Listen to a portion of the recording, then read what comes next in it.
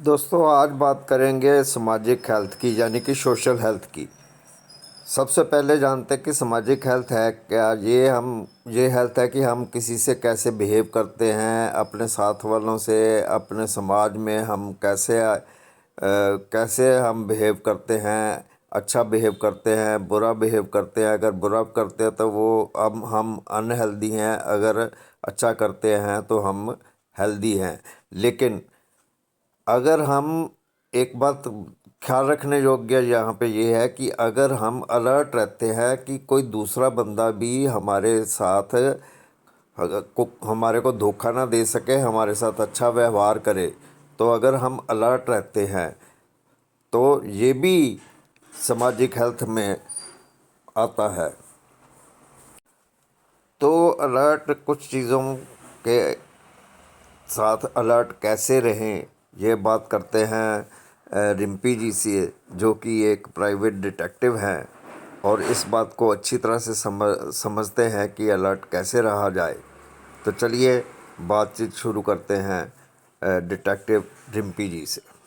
आज हम आपसे मिलवाने जा रहे हैं श्री जितेंद्र सिंह जी से, जो कि एक प्राइवेट डिटेक्टिव हैं, लेकिन इनको जितेंद्र सिंह के नाम से कम जाना जाता है, जेएस रिम्पी के नाम से ज़्यादा जाना जाता है।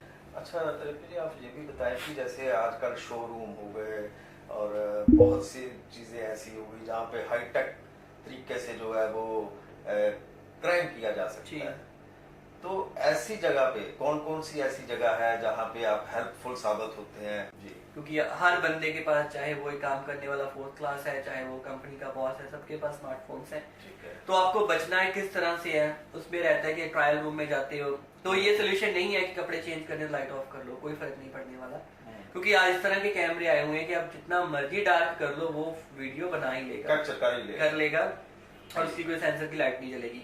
तो आप जाते हो, ग्लास लगा है, उसको आप देख लो ये टू वे तो नहीं है। अब टू वे देखना कैसे है, क्योंकि आम एक 17-18 साल की लड़की है, चाहे 30 साल की, नहीं पता उनको कि ये किस तरह से देखा जाता है। तो सिंपल होता है, फिंगर टच करके देखा जाता है। अगर कोई नॉर्मल शीशा होगा, फिंगर्स टच करोगे तो आपके दोनों नेल्स कभी एक दूसरे के साथ मिलते नहीं है। ठीक है। उसमें पानी भरा होता है नॉर्मल शीशे में। ठीक है। तो उसमें गैप रहता है थोड़ा सा, वो कभी भी नेल्स नेल से टच नहीं होगा। अच्छा। लेकिन अगर टू वे मिरर होगा वो खोखला होता है एक तरफ से। अच्छा।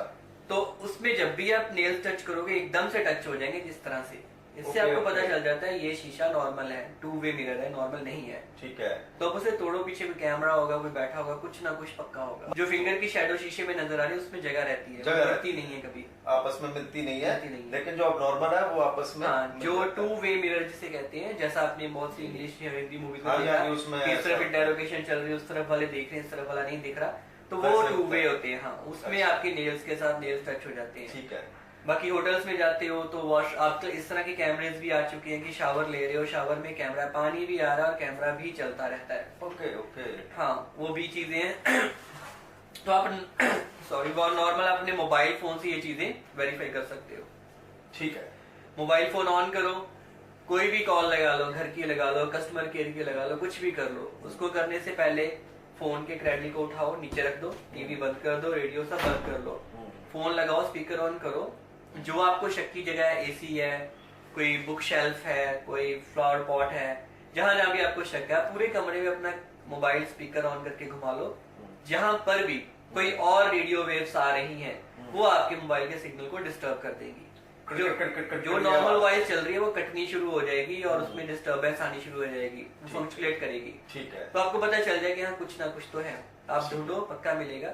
चाहे खुद रख के ये चीज आजमा के देख लो, तब भी पकड़े जाओगे।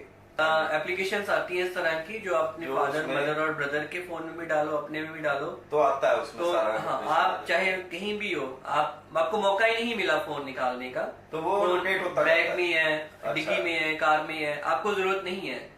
लेकिन आपके पेरेंट्स तब भी अपने फोन से ये देख सकते हैं कि मेरी बच्ची या मेरा बच्चा इस समय कहाँ है। उसे कहते हैं रियल टाइम लोकेशन, जो गूगल की लॉन्गिट्यूड लैटिट्यूड की आती है। आप जहाँ खड़े हो वहीं दिखोगे। ठीक है। तो उतनी देर में वो लोग वहां पहुंच जाएंगे जितनी देर में आप अगर उनसे झगड़ रहे हो या कुछ बात कर रहे हो या आपको कुछ कहा भी जा रहा है।